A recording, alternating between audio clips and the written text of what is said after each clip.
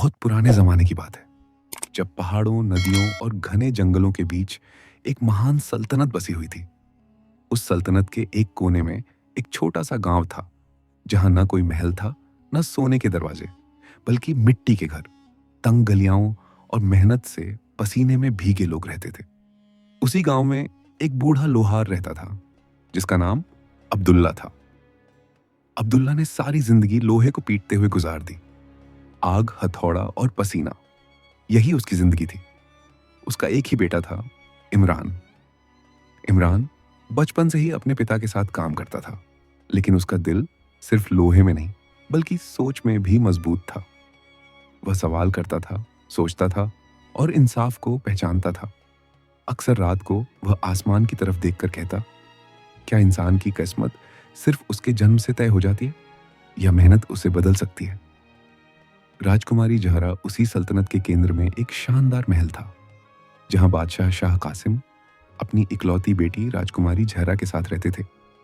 जहरा सुंदरता के साथ साथ अक्ल और समझ में भी बेमिसाल थी। उसने महल की ऐश ओ आराम में आंखें खोली थीं, लेकिन उसका दिल हमेशा आम लोगों के दर्द के साथ धड़कता था। वह अक्सर महल की छत से नीचे गांव, बाजार और खेतों को देखती और सोचती, ये लोग जो दिन रात मेहनत करते हैं, क्या इनकी जिंदगी सिर्फ मेहनत तक ही सीमित है? राजकुमारी को शायरी, ज्ञान और इतिहास से बहुत लगाव था। उसे घमंड और जुल्म से सबसे ज्यादा नफरत थी। तकदीर का पहला मोड़।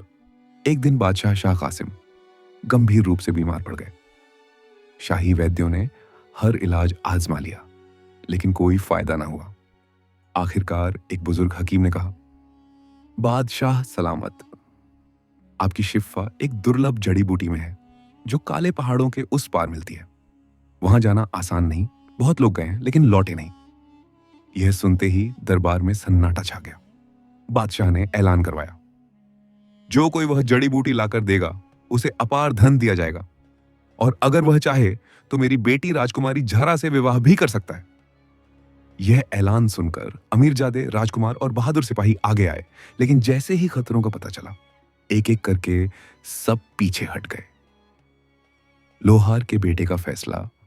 जब यह खबर गांव पहुंची तो इमरान ने सब कुछ ध्यान से सुना। पिता को देखा, जिनके हाथ कैलरी जलते हुए होल्डर्स पे लोहे से झुलसे हुए थे। इमरान ने धीरे से कहा, अब्बा जान, मैं जाऊंगा। अब्दुल्ला चौंक गए। बेटा, यह रास्ता मौत का है। इमरान मुस्कुराया, अगर बादशाह बच गए तो यह नेकी होगी, और अगर मैं वापस ना लौटा तो अल्लाह की रजा। बूढ़े पिता की आंखों से आंसू बह निकले। उन्होंने बेटे के सिर पर हाथ रखा और दुआ दी। खतरनाक सफर। इमरान अकेले ही सफर पर निकल पड़ा। पहला दिन आसान था, लेकिन जैसे जैसे वह आगे बढ़ा, रास्ते कठिन होते चले गए। घने जंगल, जहरीले सांप, भूखे दरिंदे और अंधेरी रातें, सब उसके हौसले की परीक्षा ले रहे थे। एक रात उसने देखा कि एक जख्मी मुसाफिर सड़क के किनारे पड़ा है। इमरान ने अपना पानी उसे दिया और उसकी मरहम पट्टी की। मुसाफिर ने दुआ दी, बेटा, अल्लाह तुम्हें वह मुकाम दे जो तुम्हारे वहम ओ गुमान में भी ना हो। एक और दिन उसने एक भूखी औरत को अपने बच्चों के साथ रोते देखा। इमरान ने अपना आखिरी खाना भी उन्हें दे दिया। दरवेश से मुलाकात। जब इमरान काले पहाड़ों के पास पहुंचा तो एक सफेद दाढ़ी वाला दरवेश मिला। उसने इमरान को देखा और कहा, बेटे, तुम्हारा रास्ता खतरनाक है, लेकिन नीयत साफ है। यह तलवार रख लो, यह सिर्फ सच्चे इंसान के हाथ में ताकत पाती है। इमरान ने शुक्रिया अदा किया और आगे बढ़ गया। जड़ी बूटी और इम्तिहान। आखिरकार इमरान को वह दुर्लभ जड़ी बूटी मिल गई, लेकिन लौटते समय एक भयानक तूफान आ गया। पहाड़ों से पत्थर गिरने लगे। तेज बारिश और आंधी ने रास्ता रोक लिया। इमरान गिर पड़ा, जख्मी हो गया, लेकिन उसने हिम्मत नहीं हारी। वह बुदबुदाया, या अल्लाह, मैं यह सफर अपने लिए नहीं, एक जान बचाने के लिए कर रहा हूं। अल्लाह ने उसकी मदद की और वह सुरक्षित वापस लौट आया। दरबार में परीक्षा। जब इमरान महल पहुंचा तो दरबार में सन्नाटा छा गया। किसी को यकीन नहीं हो रहा था कि एक गरीब लोहार का बेटा यह काम कर सकता है। बादशाह को जड़ी बूटी दी गई और कुछ ही दिनों में वे पूरी तरह ठीक हो गए। दरबारियों ने आपत्ति की। बादशाह सलामत, यह तो एक आम आदमी है, राजकुमारी के योग्य नहीं। बादशाह ने कड़े स्वर में कहा, अगर बहादुरी, कुर्बानी और सच्चाई आम हो जाए तो यह सल्तनत जन्नत बन जाए। राजकुमारी का फैसला। राजकुमारी जहरा ने इमरान से बात की। उसने उसकी आंखों में घमंड नहीं बल्कि विनम्रता देखी। उसने पूछा, तुमने यह सफर इनाम के लिए किया था या नेकी के लिए? इमरान ने जवाब दिया, मैंने यह सफर अपना फर्ज समझकर किया था राजकुमारी।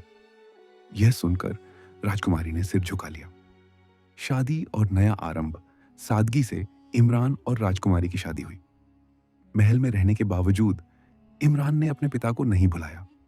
उसने लोहारों, किसानों और मजदूरों के अधिकारों के लिए कानून बनवाए। वह अक्सर कहता, मैं एक लोहार का बेटा हूं और मुझे इस पर गर्व है।